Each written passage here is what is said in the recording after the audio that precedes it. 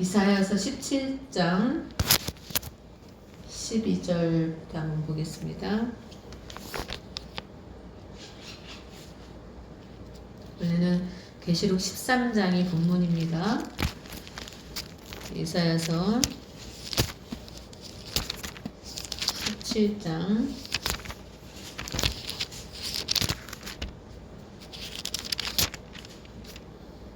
12절에서부터 슬프다. 많은 민족이 소동하였으되 바다 파도가 치는 소리같이 그들이 소동하였고 열방이 충돌하였으되 큰 물이 몰려옴같이 그들도 충돌하였도다. 그러니까 마지막 때에 사방의 바람을 천사들이 붙잡고 있기 때문에 지금까지는 전쟁이 일어나지 않았다고 그랬거든요. 그러니까 마지막 전쟁이 큰 전쟁이 있어요. 그죠? 3차 세계대전이 남아있고 아마겟돈 전쟁이 남아있습니다. 그런데 지금 어떻게 보면은 이미 일어나고 있죠. 지금 이제 불씨가 그리고 전염병이나 이런 코로나에 대한 부분도, 그다음에 지금 러시아가 화학전도 생각하고 있을 것이다 라고 미국의 대통령이 얘기를 하더라고요. 이제 그러면 이제 대단하게 되는 거죠. 이제 진짜로. 그래서 뭐 사람을 죽일 수 있는 살생 무기는 이미 넘쳐요. 넘치고 이미 다 만들어놨고, 그런데 그 가운데에서도 진짜 하나님이 지켜주시지 않으면, 군대 갔다 온 사람들은 좀 알죠. 이렇게 방독면 안 쓰면은 화생방 뭐 그런 거, 그죠? 그래서 체험하잖아요, 그죠? 거기서 참아야 되고 뭐 그런 것들. 이거는 맞아. 그러니까 그거가 마지막 때 있단 말이에요. 그런 것들을 이제 진짜로 그 가운데에서도 우리가 전 세계의 역사를 보면은 살아남는 사람 반드시 남은 자는 있다는 거죠. 다 죽어도 남은 자는 있다. 근데 거룩한 씨들을 하나님이 남기신다. 끝까지. 최후에 남는 거는 거룩한 씨들이 남는 거거든요. 그게 얼마만큼의 거룩한 씨가 남을지는 모르지만 그 거룩한 씨 속에 우리가 포함이 돼야 된다는 거죠. 아멘이죠. 그래서 열방이 충돌하였으되 큰 물이 몰려온 같이 그들이 충돌하였다. 막 서로 충돌하는 거예요. 바다 파도가 치는 소리 같이 그들이 막 소동하고. 여러분 바다에서 올라온다고 그랬잖아요. 짐승이. 그죠? 바다에서 짐승이 올라와요. 그죠? 그래서 바다는 타락한 세상, 곧 세계 열국을 의미하거든요. 세계 열국. 그러니까 바다 파도 치는 소리 같이 막 많은 민족들이 소동하고 전쟁이 일어나고 이제 그러는 거죠. 그리고 이제 우리가 넓은 나라들이, 땅덩어리를 크게 가지고 있는 나라들이 농사를 많이 짓잖아요. 그 사람들이 쌀이 주식이 아닌데도 농사를 짓거든요. 근데 정작 쌀을 주식으로 하는 사람들은 농사를 거의 안 져요.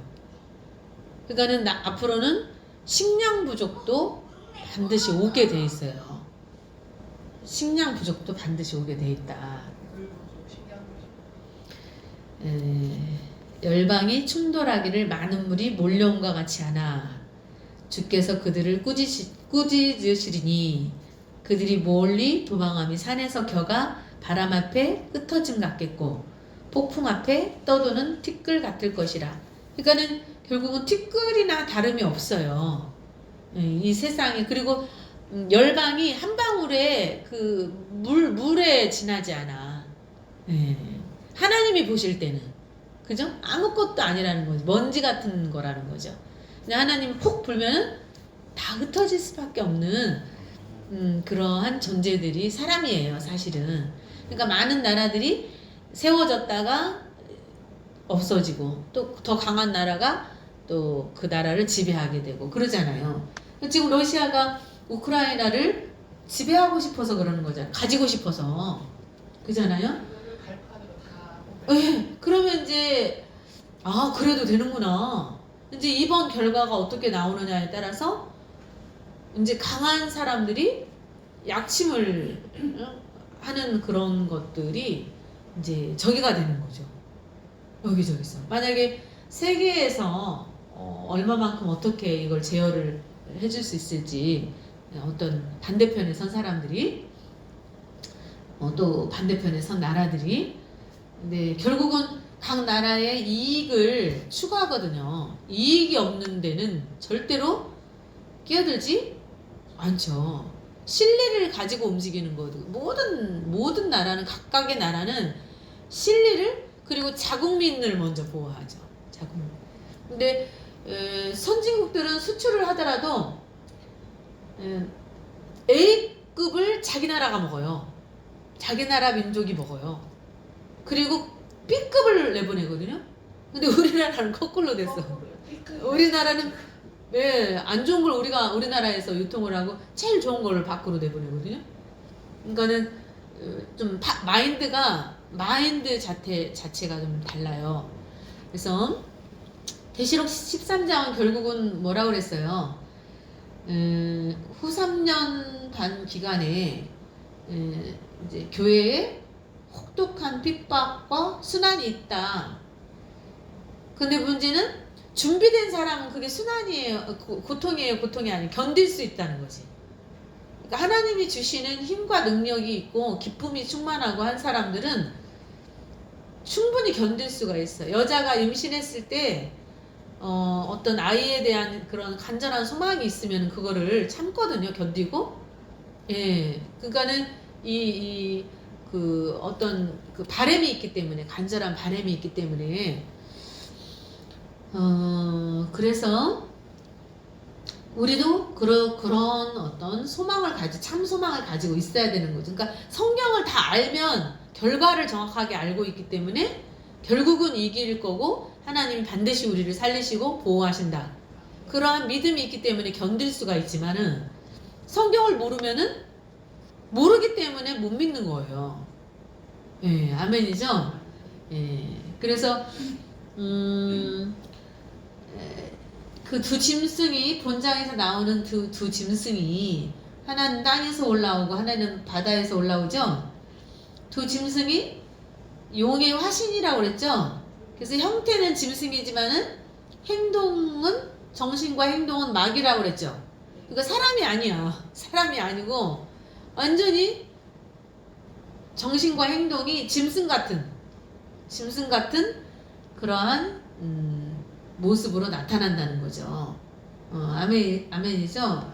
그러니까 우리가 철저하게 준비를 해야 되고 지금 또 14절을 보면 보라 저녁에 두려움을 당하고 아침이 오기 전에 그들이 없어졌나니 이는 우리를 노력한 자들의 몫이요 우리를 강탈한 자들의 보응이니라. 그러니까는 마지막 때 교회에 순환이 있지만 결국은 하나님이 그들을 징치하시고 먼지처럼 하나님께서 없어지게 해주신다는 거죠. 아멘이죠? 예. 그래서 이제 지금 사방의 바람을 붙잡고 있던 천사들이 그 바람을 놓으면 진짜 정신을 차리기가 어려울 정도로 힘들어져요. 여러분 이거를 알면은 어디로 도망가야지? 어디 가서 짱 박혀서 숨어 있어야지. 근데 진짜 여러분 기도 많이 하셔야 돼요. 진짜로 계시록을 많이 읽으시고 계시록을 꼭 읽으세요. 읽으시고 어떻게 미리 기도로 미리 준비하는 수밖에 없어요. 뭐라고요? 기도로 준비하는 수밖에는 없다. 네. 마태복음 24장 22절에 마태복음 24장 22절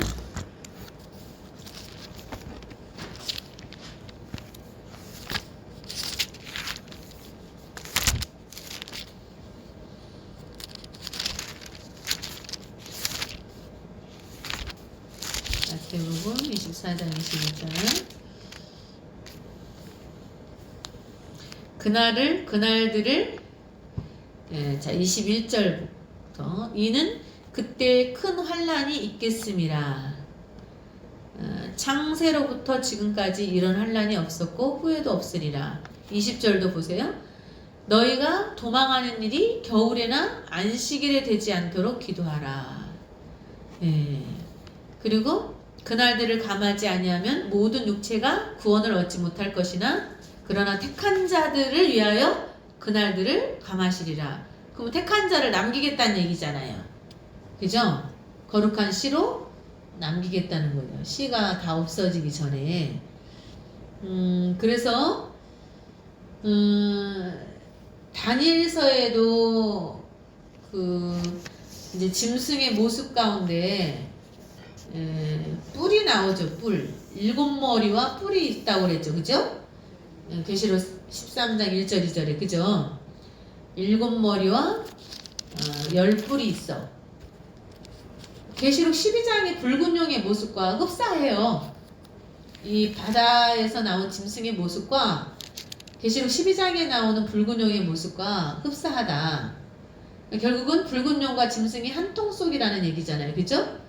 그래서 7머리는 지난번에 애굽, 아스루, 바벨론, 메데바사, 헬라, 로마.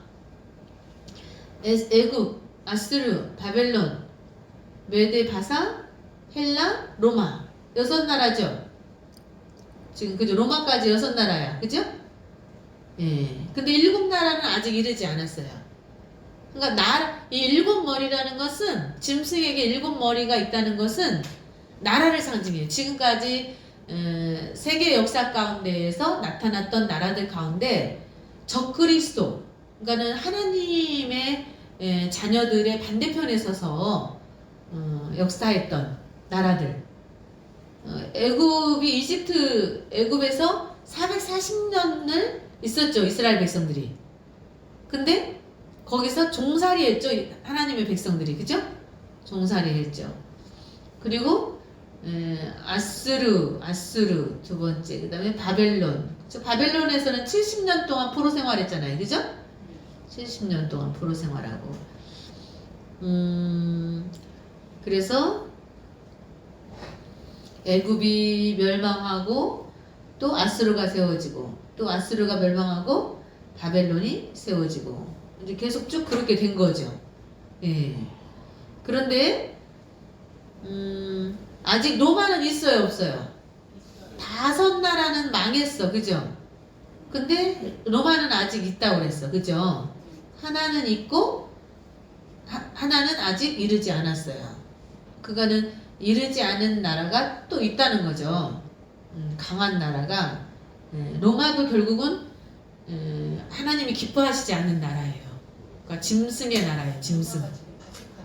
예, 짐승의 나라예요. 짐승의 나라. 그래서 전에 있었다가 계시록 17장 11절에 한번 볼까요? 계시록 17장 11절.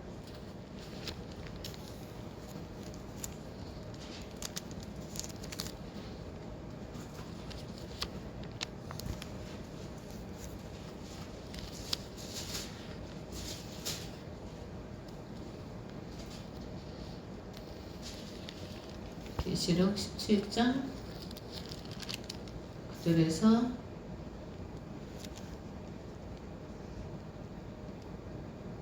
11절만 보죠. 계시록 17장 읽어주세요.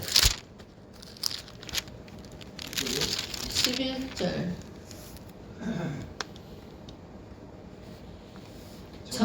예? 전에 있었다가 지금 없어진 짐승은 8번째 왕이 7 중에 속한 자라. 그가 멸망으로 들어간다. 이제 네, 멸망으로 들어가요. 자, 9절은 지혜 있는 뜻이 여기 있으니 그 7머리는 여자의 앉은 7산이라. 그러니까는 7머리가 7나라를 상징한다고 그랬죠? 7머리가 7나라를 상징하고 10절에 7왕이라 5은 망하였고 하나는 있어 로마가 그지? 다른 하나는 아직 이르지 아니하였어. 이르면 반드시 잠시 동안 머무리라. 그것도 잠시 동안이라는 거죠. 그죠? 예. 그리고 또 열왕, 열뿔은 열왕이니 12절에 내가 보던 열뿔은 열왕이니 아직 나라를 얻지 못하였으나 다만 짐승과 더불어 임금처럼 한동안 권세를 받으리라. 그들이 한 뜻을 가지고 자기의 능력과 권세를 짐승에게 주더라. 그래서 그들이 어린 양과 더불어 싸우려니와 어린 양은 만주의 주시오 만왕의 왕이심으로 그들을 이기실 거라는 거죠. 아멘이죠. 그러니까는 이 7 나라들이 결국은 적그리스도들이에요. 하나님을 대적하는 나라들인 거예요. 그죠? 그러나 하나님이 어떻게 한다? 만왕의 왕이시기 때문에 그들을 이기신다는 거죠. 그러니까 그러면 하나님의 백성들이 이긴다는 거예요. 하나님이 이긴다는 얘기는 뭐예요? 결국은 하나님의 백성들이 이기게 하신다는 거죠. 결국은 그들을 이기실 터이요 또 그와 함께 있는 자들 곧 부르심을 받고 택하심을 받은 진실한 자들도 이기리로다. 아멘이죠? 예. 그래서 우리는 이긴다 안 이긴다? 예, 이겨요 반드시. 그러니까 여러분들이 이기는 자가 돼야 돼요. 계시록에 많이 나오는 글 가운데 하나가 이기는 자에게 계속 이기는 자에게는 이런 복을 준다. 이기는 자에게는 이런 복을 준다. 계속 그게 나오잖아요. 아멘이죠? 예. 그래서 이사야서 57장 20절도 한번 보세요. 이사야서 57장 20절.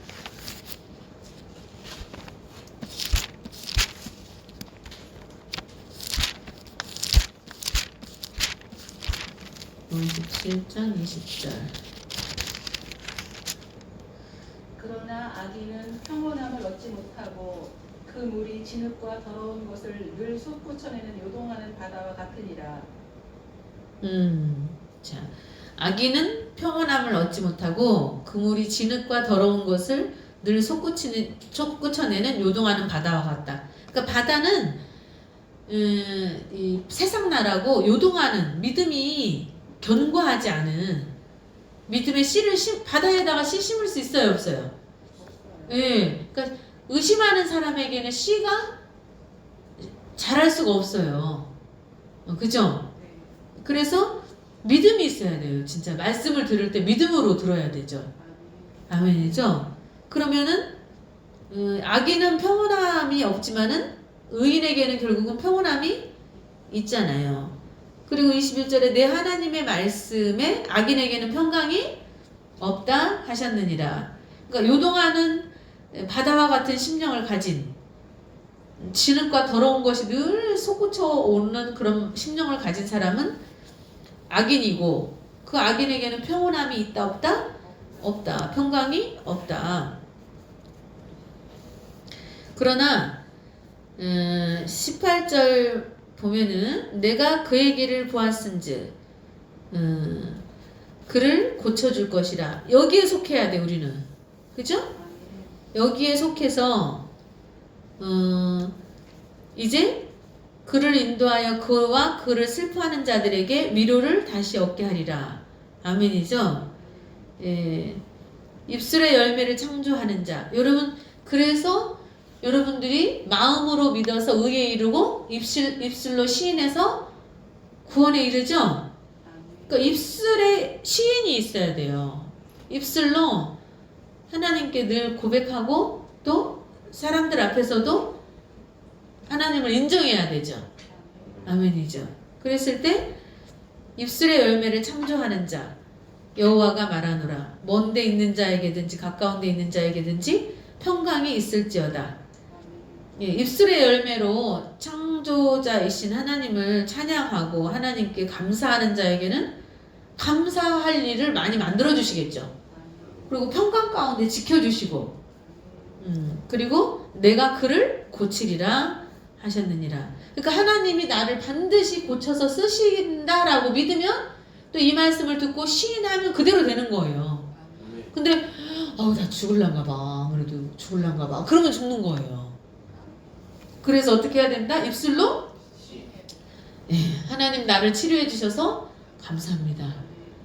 하나님 나를 온전하게 해주셔서 감사합니다.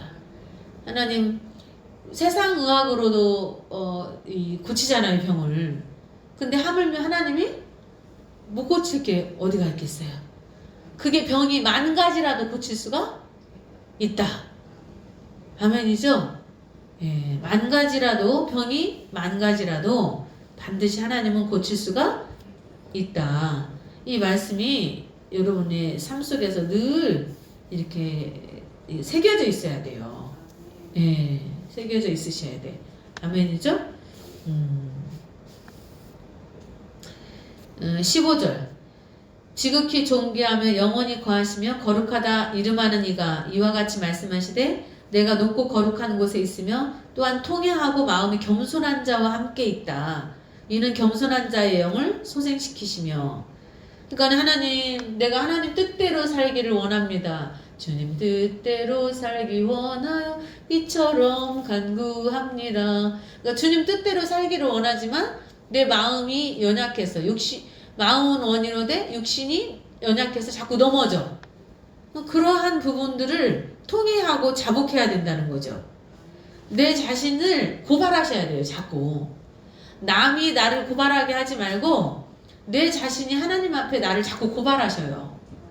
예, 하나님 내가 또 이렇게 살았네요. 오늘을 그렇게 살지 않겠노라고 내가 생각했는데 내가 마음은 원인데 육신이 늘 연약해서 진취적인 행동으로 옮겨지는 그런 삶을 살지 못하고 있네요. 라고 고백을 해야 된다는 거죠. 아멘이죠?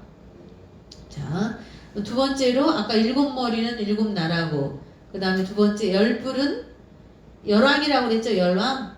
예, 열뿔은 열왕이다. 여러분 뿔은 뭐를 상징한다고 그랬어? 권세를 상징한다고 그랬죠? 예, 그래서 뿔에 면류관이 있다. 왕관이 있다. 뿔은 왕을 가리킨다. 그래서 열뿔은 적그리스도와 동시대에 있을 왕들을 의미하는 거예요. 적그리스도와 동시대에 있을 왕들이다. 그래서 적그리스도의 앞잡이가 되어서 일을 하죠. 그죠? 적그리스도의 뭐가 되어서 일을 한다고요? 앞잡이가 되어서. 그래서 종교와 정치가 야합을 하죠. 야합을. 그래서 한 뜻을 가지고 예수님에게 도전하기 위해서, 하나님에게 도전하기 위해서 뭉치죠. 예.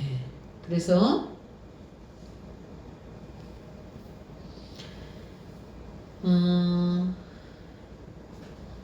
계시록 17장 13절에 저희가 한 뜻을 가지고 자기의 능력과 권세를 짐승에게 주더라. 그렇게 나와요. 그 다음에 큰 두 번째로는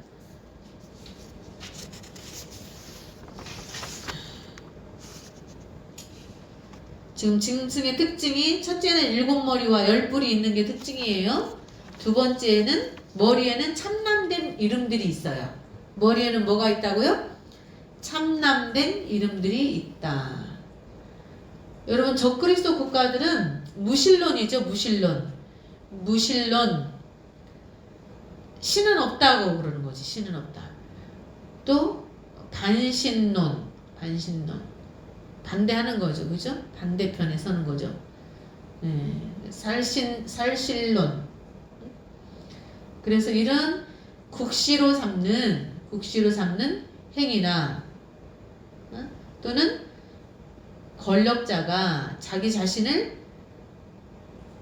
하나님 혹은 신이라고 부르도록 강요하는 정책적인 행위를 뜻해요. 무신론하고 반신론하고 살신론을 국시로 삼고 그리고 권력자 사람이 자기가 하나님의 자리에 앉아서 자기를 하나님으로 섬기게 한다는 거죠. 그래서 일본 같은 경우에도 신이라고 그래요.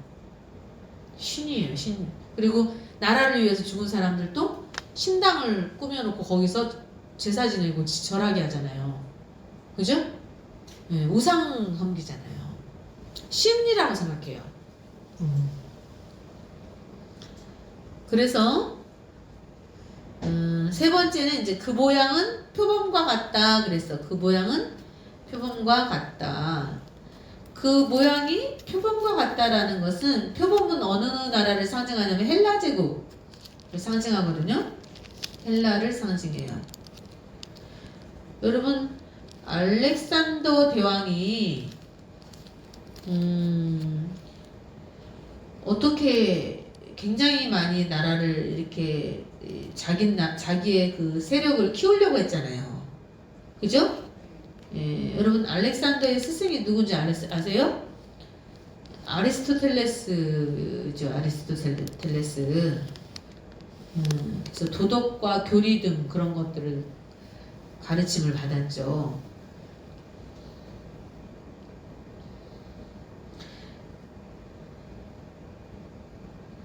그래서 표범은 무섭고 잔인하여 덮치기에 재빠른 짐승이에요.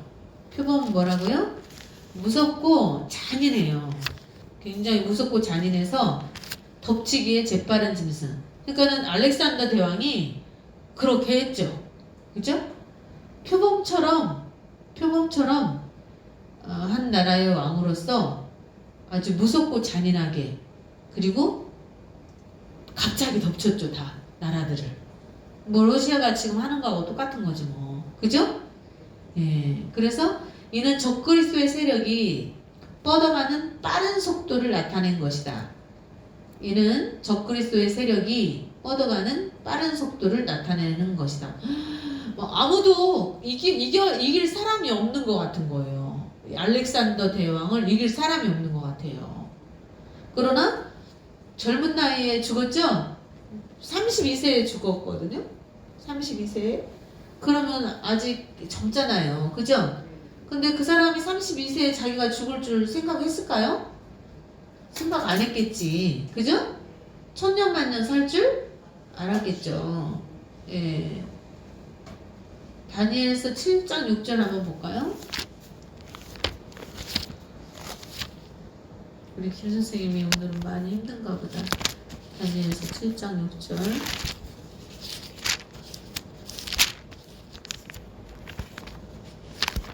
그 후에 내가 또 본즉 다른 짐승 곧 표범과 같은 것이 있는데 그 등에는 새 나귀가 넷이 있고 그 짐승에게 또 머리 넷이 있으며 권세를 받았더라. 네. 그 후에 내가 또 본즉 다른 짐승 곧 표범과 같은 것이 있는데 그 짐승에 또 머리 넷이 있으며 권세를 받았더라. 그렇죠. 그러니까 이게 이 알렉산더 대왕에 대한 성경의 기록이죠. 헬라 제국이 나타날 것에 대한 그런 기록이에요. 그리고 8장 21절 내서 22절 볼까요? 8장 21절에서 22절. 털이 많은 순엽소는 곧 헬라 왕이요. 지금 아까는 표범은 뭘 상징한다고 그랬어요? 나라, 헬라의 나라를 상징하는 거고, 털이 많은 순념소는 헬라 왕이요. 그의 두 눈 사이에 있는 큰 뿔은 곧 첫째 왕이요. 이 뿔이 꺾이고 그 대신에 네 뿔이 났은즉 그 나라 가운데서 네 나라가 일어나되 그의 권세만 못하리라. 그러니까는 알렉산더가 죽고 난 다음에 이렇게 나뉘잖아요. 그죠? 예, 나라가 나뉘어요.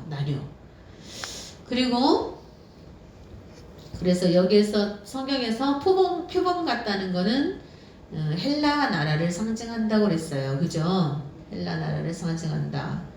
뭐 이제 결국은 알렉산더 대왕이 나라를 다스렸었던 거기 때문에 결국은 어떻게 보면 이꼬르의 성격을 갖고 있기는 하죠. 그죠?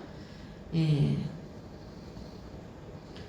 그래서 이것은 참고구절로는 에레미야 13장 23절, 에레미야 13장 23절, 그 다음에 아까 다니엘서 7장 6절 써놨죠?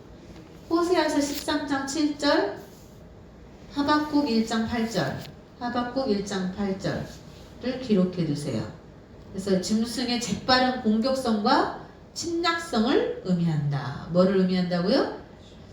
예, 재빠른 공격성과 침략성.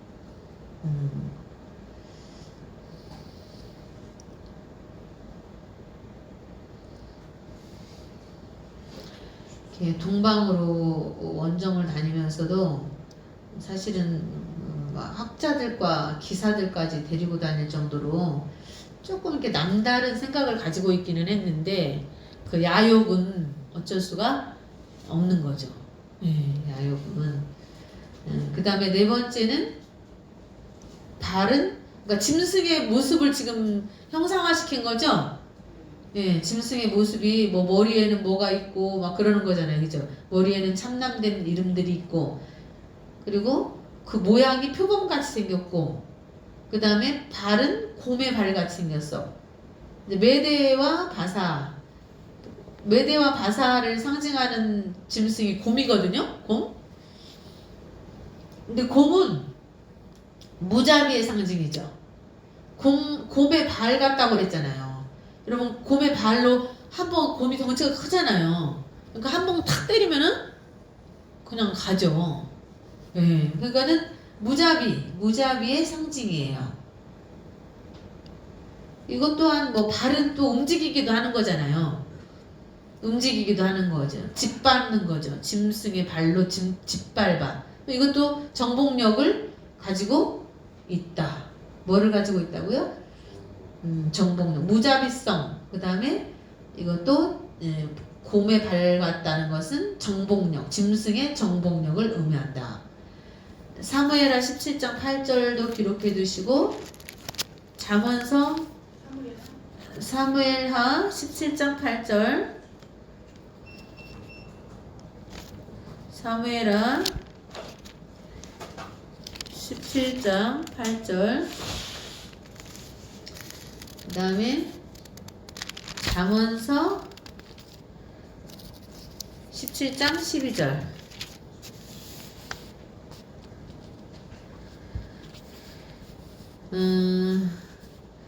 17장 8절 보니까 또 후세가 말하되 왕도 아시거니와 왕의 아버지와 그의 추종자들은 용사라.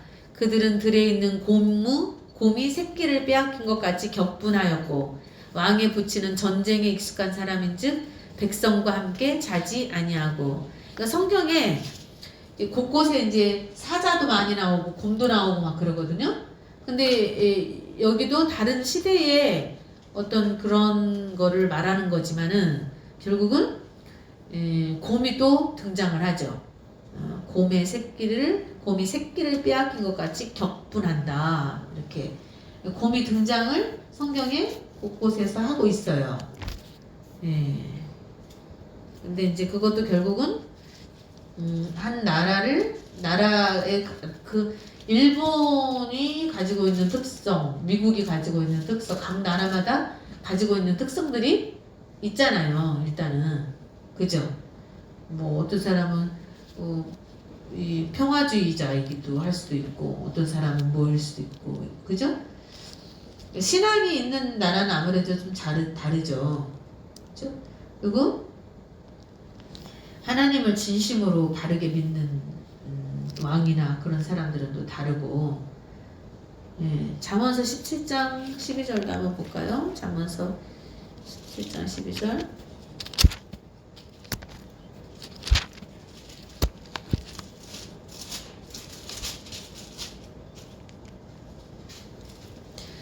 차라리 새끼 빼앗긴 암곰을 만날지언정 미련한 일을 행하는 미련한 자를 만나지 말 것이니라. 이 미련한 사람은 힘들어요. 미련한 사람하고 살면은. 그래서 미련한 사람하고 살면은 힘들어요. 그래서 진짜 지혜로운 사람하고 살아야 되는데, 친구도 마찬가지죠. 친구도 미련한 사람하고 살면은 대화 안 돼요. 우리 사부님이 양심에 찔리나 보다. 새끼를 빼앗긴 안고 막 지금 무서울 게 없잖아요. 막 닥치는 대로 막 그냥 딱 저기 하잖아요. 너 죽고 너 죽고 나 진짜 그냥. 그리고 겁날 것도 없어. 힘이 또 세기 때문에 그죠? 무자비성을 가지고 있기 때문에. 근데 사람이 미련한 사람이 이 곰보다도 더 무서운 사람인 거예요. 해가 된다는 거죠. 왜냐하면 새끼를 빼앗겼기 때문에 그 곰이 물불을 안 가리고 인정사정 안 봐주잖아요. 근데 미련한 사람하고 같이 살면은 이 진짜 그 곰의 그 힘을 갖고 있기 때문에 끌고 가버려요, 나를. 이 망하는 길로. 그러니까 애지간치 신앙이 없으면은 망하는 거예요. 그래서 저기를 잘 만나야 돼, 배우자를 잘 만나야 돼요. 아멘이죠? 예. 11절도 한번 보세요. 악한 자는 반역만 힘쓰나니 그러므로 그에게 잔인한 사자가 보냄을 받으리라. 그죠? 예, 악한 자에게 잔인한 사자, 뭐 보이는 사자를 보낸다는 거겠어요? 보이는 사람 가운데 잔인한 사자 같은 성격을 가지고 있는 사람을 보내겠다는 거죠, 하나님이. 그죠? 옛날 같으면은 호랑이가 놀고, 뭐 호랑이 담배 피던 시절 같으면 호랑이가 있지. 근데 뭐 지금은 뭐 도시에서 사는데 호랑이 구경하려면 동물원이나 가야지. 사자도 구경하려면 동물원이나 가야 되고. 그죠? 예. 그래서 10절에도 한마디 말로 총명한 자에게 충고하는 것이 매 100대로 미련한 자를 때리는 것보다 더욱 깊이 박히느니라. 그러니까는 안타까운 거죠, 이게. 그죠? 그러니까 미련한 자와 이 지혜로운 자는 진짜 이 100대를 때려도 미련한 자는 깨닫지를 못한다니까요. 근데 진짜 총명한 사람은 한마디로 충고해, 말 한마디로 충고를 해도 듣는다니까요. 그러니까 우리가 하나님 앞에서 어떻게 해야 되는, 100대 맞아도 못 깨닫는 사람이 돼야 돼요. 하나님의 부드러운 음성 한마디에 네 하고 하는 사람이 좋은 거예요. 네 하고 듣는 사람이 좋은 거죠. 그러니까 어른들이 뭐라고 그래? 부모님들이 애들 키울 때 너 맞고 정신 차릴래? 안 맞고 정신 차릴래? 좋은 말로 할 때 들을래? 아니면은 맞고 들을래? 그렇게 얘기해요, 안 해요? 예. 그리고 18장 7절에도 미련한 자의 입은 그의 멸망이 되고 그의 입술은 그의 영혼의 그물이 되느니라. 6절. 미련한 자의 입술은 맨날 다툼을 일으켜. 그래서 그의 입은 매를 자청해. 근데 이거 사람과의 관계에서도, 근데 사람은 그래도 덜 무서운 거예요. 여러분, 어른들은 애들이 컸을 때 매를 때릴 수 있어요, 없어요? 없잖아요. 매를 때릴 수가 없잖아요. 근데 하나님은 때릴 수 있어요, 없어요? 있어요, 문제는. 죽여버릴 수도 있어, 진짜. 그죠? 부모는 어떻게 할 수가 없어요. 근데 애들이 힘이 더 세, 나중에는. 뭐 만약에 엄마가 때리려고 그래, 막 한 중고등학생만 돼도 딱 모시마가 손목 잡으면은 이거 때리지도 못하고 이러지도 못하고 키도 커가지고 애들이 파닥파닥 하다가 제풀에 꺾여가지고 아이고 내 팔자야 하고 말해버려야 되는 거겠죠. 근데 문제는 하나님은 매를 드실 수가 있어요. 그러니까 인간 몽둥이를 사용할 수도 있고 물질을 확 불어버려가지고 쫄딱 망하게 해버릴 수도 없고. 메뉴가 다양해. 그리고 제가 오늘 그 만나신 고사님이 그랬더니 100억 재산이 있었다니까요. 근데 그냥 한 방에 날렸다니까요. 남편분이. 그것도 자기가 날린 게 아니라 남편분이 한 방에 날렸다니까요. 예? 근데 부인 잘 만나셨어요. 그러니까는 또 이것도 혹시라도. 그래서 어리석은 자나 미련한 자가 되지 않도록 항상 기도하셔야 돼요. 눈물로. 왜 그러냐면은 이 고난이 오래 가잖아요. 어리석고 미련한 집에 어리석고 미련한 사람이 있으면은 이 소용이 없어요. 왜 그럴까요? 깨진 독에다가 물 붓기가 될 수가 있어요. 잘못하면 끝까지 정신 못 차리면 어떻게 되는 거예요? 일을 저지르잖아요. 그래서 한쪽에서 그분도 백지수표 저기 해가지고 그러거든요. 예, 수표를 친구를 믿고서 저기 했는데 백지수표를 줘버린 거예요. 근데 그 친구가 뒤통수를 갖다 그냥 쳐버리는 거죠. 피부치도 뒤통수 치는. 에휴, 그죠. 아이고, 믿을 사람이 없어요. 사람 중에는. 그러죠. 자, 그 다음에 5번째는 입은 사자 같다. 입은 사자 같다. 바벨론을 상징하는 거예요. 이 성경에서 이 바벨론, 다니엘서나 계시록에 나오는 내용들이 지금 계시록 13장에 짐승이 바다에서 올라온 짐승의 모습을 나타낸 것들이죠. 지금 이게 그거는 결국은 한 통 속인 거야. 세상 나라들이 이 각 부위를 가지고 있지만은 결국은 뭐다? 입의 역할을 하는 바벨론은 입의 역할을 했고, 메데 바사는 사단편에서 발의 역할을 했고, 뭐 그런 거죠, 그죠? 예, 그래서 입은 사자가 자기의 먹이를 입에 물고 물어 뜯는 잔인성을 나타내요. 사자가 어떻게 한다고요? 먹이를 입에 물고 물어 뜯는 잔인성. 지금 이런 짐승이 우리를 공격하려고 한다고요. 그래서 마귀가 어떻게 한다고 그랬어요? 우는 사자와 같이 삼킬 자를 잡고 있다고 그랬어요. 마귀가 여러분이 이러고 있는 거 지금 성경을 배우려고 하고 있는 거 알까요? 모를까요? 더 잘 알아요. 그러면은 여러분에 대해서 연구를 했을까요? 안 했을까요? 더 잘 알아요. 했어요. 아, 얘는 뭐가 약해? 아이고, 얘는 뭘로 꼬시면 금방 넘어가. 아, 얘는 뭐가 약해? 다 알고 있어요. 만약 여자를 좋아하잖아요? 그러면은 클레오파트라 같은 여자를 되잖아. 그러니까 내가 만약에 이 사람이 만약에 글래머를 좋아해. 그러면 그런 여자를 앞에다 딱 갖다 놓는다니까요. 절대 이 여자가 나를 좋아할 여자가 아니야. 근데 사단의 영이 그 여자 속에 들어가서 그 여자를 내 앞에다 갖다 놓는다니까요.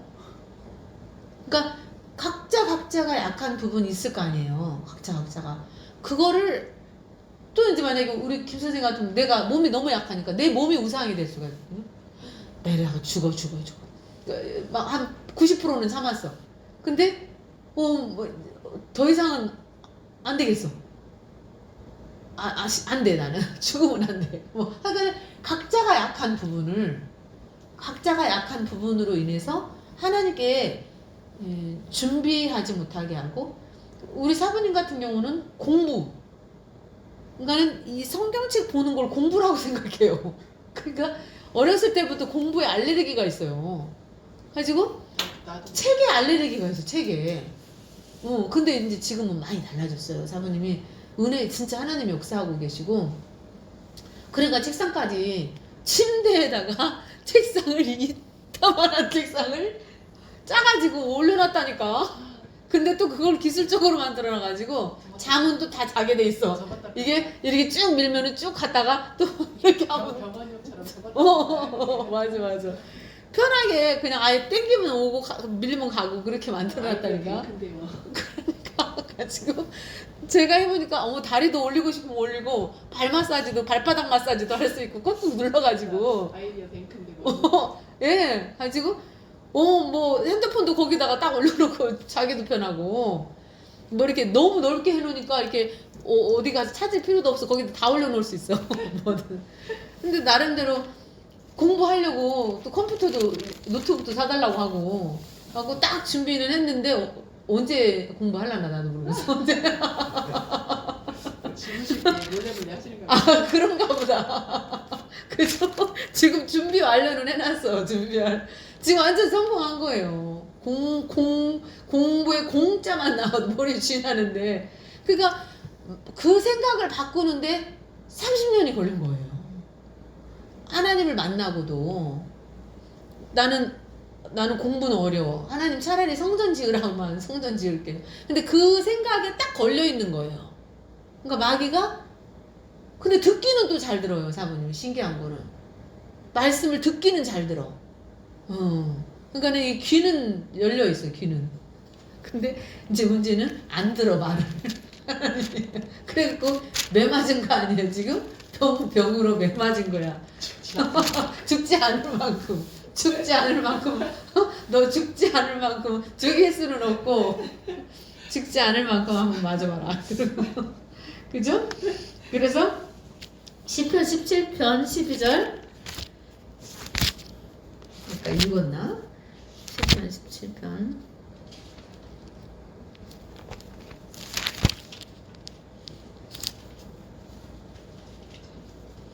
그는 그 움킨 것을 찢으려 하는 사자 같으며 은밀한 곳에 엎드린 젊은 사자 같은 이다. 그죠? 예, 이제 다윗을 압제하는 그러한 내용에 대해서 뭐 사울이 항상 이 다윗을 죽이려고 왕이잖아요. 사울 왕. 근데 다윗을 죽이려고 이렇게 막 젊은 사자같이 어린 사자도 아니고 새끼 사자도 아니고 찢으려고 움켜서 찢어버리려고 은밀한 곳에서 숨어서 맨날 다윗을 찾아다녔잖아요. 그죠? 그러니까 나라 구하고 도망다니는 사람은 다윗밖에 없어. 아니 나라를 구하고 전쟁만 나가가지고 전쟁에서 이겨가지고 나라를 구하는데 나라를 구해놓고도 상은커녕 도망자 신세가 됐잖아요. 네, 도망자 신세가 됐잖아요. 그러니까 원래 사울이 하나님을 믿는 사람이었잖아요. 근데 문제는 악한 마음을 버리지를 않고 그 마음을 계속 품고 있는 상태에서 가니까 악령이 싹 들어가 버린 거야. 하나님의 신은 떠나고. 왜냐면 더러워서 있을 수가 없어. 그 마음 속에. 응? 다윗을 막 시기질투 해가지고 죽이려고 하는 마음을 사단이가 가져다 주는 거예요. 그러니까 처음에는 시기심으로 시작됐지만은 나중에는 죽이고자 하는 살인의 영이 들어가는 거죠. 그러니까 악신이 들어갔다고 그랬어요. 성령이 떠나고. 그러니까 우리가 마음을 잘 다스려야 돼. 입술의 열매대로 된다니까요. 그러니까 늘 감사하면서 살고 하나님 정말 하나님 늘 나에게 생명 주신 것만도 너무 감사합니다. 나에게 새날을 주셔서 감사합니다. 아멘이죠? 호세아서 5장 14절. 호세아서 5장 14절.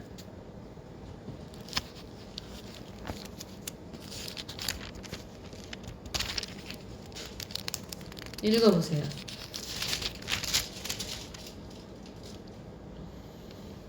내가 에브라임에는 사자 같고 유다 족속에게는 젊은 사자 같으니 바로 내가 움켜쥐었지요.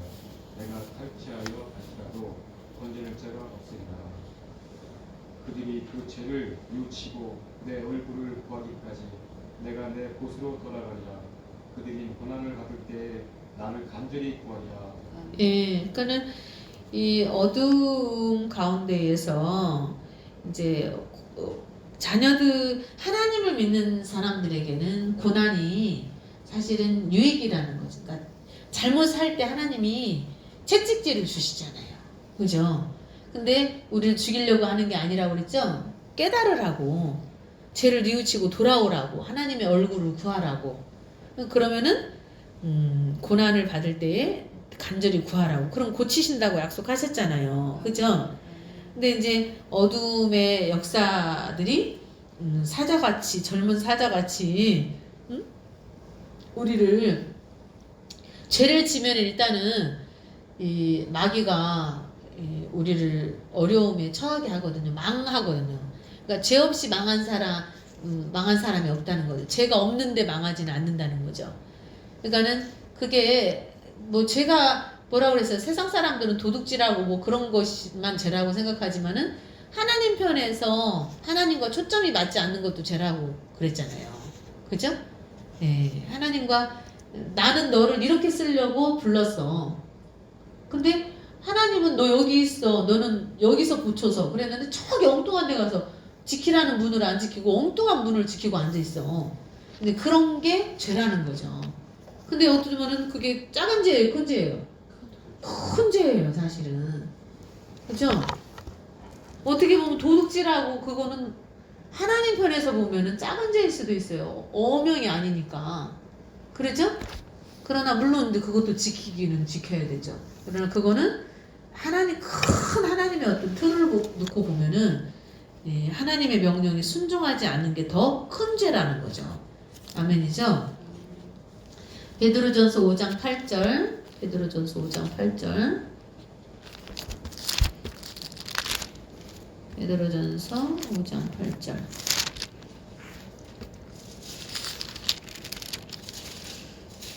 근신하라. 7절부터 너희 염려를 다 주께 맡기라.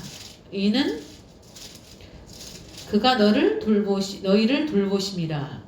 근신하라. 깨어라. 너희 대적 마귀가 우는 사자같이 두루다니며 삼킬 자를 찾나니. 아멘이죠? 예. 그래서 염려는 다 주께 맡기고 기도해야 되고, 그럼 반드시 돌봐주시고, 예. 그러니까 어떤 세상에 환란이 온다 할지라도, 지구에 멸망이 온다 할지라도 하나님께 염려를 맡기고 늘 간구하면 하나님이 돌봐 주신다는 거죠. 우리가 좋은 친구한테도 어려운 일 있을 때 부탁하면 들어주잖아요. 그죠? 예, 근데 하나님이 하면 여러분을 책임져 주시지 않겠냐는 거죠. 우리가 잘 보는 것 가운데 하나 또 있잖아요. 10절에 모든 은혜의 하나님 곧 그리스도 안에서 너희를 부르사 자기의 영원한 영광에 들어가게 하시니까. 이미 들어가게 하셨다잖아. 그죠? 잠깐 고난을 당한 너희를 친히 온전하게 하시며 굳건하게 하시며 강하게 하시며. 이거 세 개 다 있어야 되죠? 털을 견고하게 하시리라. 아멘이죠. 요동치 않는, 응? 권능이 세세 무궁토록 그에게 있을지어다. 아멘이죠? 그래서 오늘 주신 말씀을 잘 기억하셔서 정말 마귀는 결국은 침략성을 가지고 있고 정복력을 가지고 있고 살인성을 가지고 있고 잔인성을 가지고 있고 이러한 것들을 가지고 있다. 공격성을 가지고 있다. 이런 것들을 깨닫고 정말 지금 어두움의 사람들, 그러니까 하나님 편에 선 사람도 있지만 마귀 편에 선 사람들도 있으니까 미련한 자를 만나면 된다 안 된다? 안 된다. 그러니까 우리가 늘 잘 봐야 돼요. 미련한 사람. 그러니까는 하나님이 복 있는 사람을 가까이 해야 되죠. 우리는. 그죠? 그래야만 복이 오죠. 그죠? 예. 그래서 이것이 다니엘이 보았던 나라의 모든 특성과 함께 이렇게 공유되는 내용이죠. 다니엘서 7장 1절에서 8절. 그래서 지금까지 역사 속에 나타났던 모든 세상 나라의 특성과 같다는 거죠. 그죠? 이게 또 마지막에 있을 나라가 7머리가 있다고 그랬으니까 마지막 나라 하나가 나타나야 되잖아요. 그죠? 예. 그러면은 이제 지금까지 있었던 나라의 모든 걸 다 가지고 있는 나라가 나타나요. 그러니까 잔인성, 무슨 성, 이 지금까지 있었던 애들보다 더 그걸 다 합해놓은 잔인성을 가진 마지막 때의 짐승의 역사가 나타난다는 거죠. 짐승의 나라가. 그러면서 전 세계를 향해서 야욕을 가지고 전 세계를 자기가 신격화해서 자기 발밑에 모든 세계의 민족을 자기 발 아래에 있게 하고자 하는 나라가 나오게 된다는 거죠. 예, 그리고 이제 모든 힘을 다해서 하나님을 대적하고 하나님의 자녀들을, 그러니까 붉은 용 입장에 서서 일을 하는 거죠. 이제 많은 나라들 가운데 한 나라가 나타나게 돼 있어요. 예, 근데 이제 얼추 답은 나와 있죠. 정확하게 얼추가 아니라 정확하게 답은 나와 있어요. 예. 그래서 그 러시아가 구약에부터 계속 예언이 돼 있는 내용이거든요, 사실은. 그러니까는 지금 그래서 그냥 예사로 볼 수가 없어요. 사실은 이번에 전쟁 터지면서 마음이 막 두근두근 하더라고요. 진짜 때가 얼마 안 남았구나. 이제 이미 너무 많이 왔구나. 그래서 시간이 진짜로 낭비할 시간이 없다. 예. 고민이에요, 여러 가지가. 고민. 기도 제목이 많아요. 그죠? 여기까지만 하고 말씀을 마치겠습니다. 하늘에 계신 우리 아버지여, 이름이 거룩히 여김을 받으시오며 나라임 없이며 뜻이 하늘에서 이룬 것 같이 땅에서도 이루어지이다. 오늘날 우리에게 일용할 양식을 주옵시고 우리가 우리에게 죄진 자를 사하여 준 것 같이 우리 죄를 사하여 주옵시고 우리를 시험에 들게 하지 마옵시며 다만 악에서 구하옵소서. 대개 나라와 권세와 영광이 아버지께 영원히 있사옵나이다. 아멘.